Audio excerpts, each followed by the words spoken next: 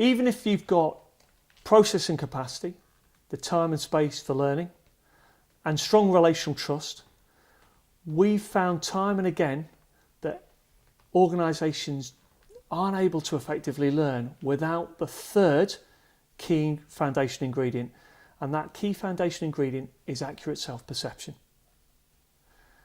In organisations we've worked with, we've found where there is inaccurate self-perception, where people either overrate their performance or underrate their performance, it can be a real barrier to those individuals engaging with professional learning. And when we look at our learning performance matrix, we have an individual up here who perceives their level of performance to be quite high. The reality is, it's actually down there.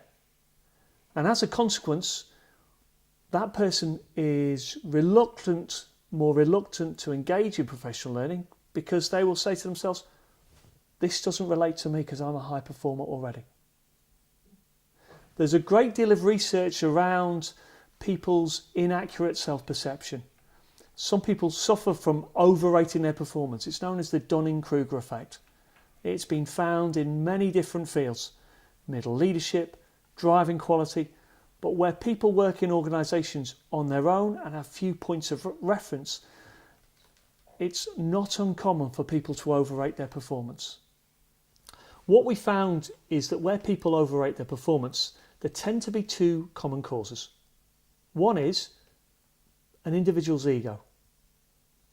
And because of that overdeveloped ego, they're less open to feedback from others, which disconfirms their worldview.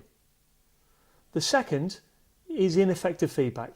Feedback either from themselves, because they're working to a different paradigm about what high performance represents, or ineffective feedback from others. An unwillingness for those people's leaders to be honest and specific in terms of their level of performance. But it isn't just the case that people overrate their performance.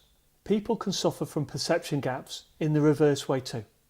We've worked with many people who've become close to learning about improving because they suffer from what we call the imposter syndrome.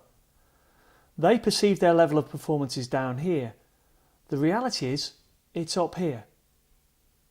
If only they could take the confidence, the performance confidence from knowing they're at that level of performance, we found those people would be much more open to learning.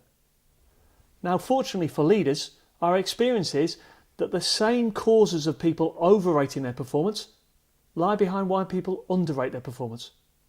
Again, it's our old friend ego. In this case, it's underdeveloped ego. And second, ineffective feedback.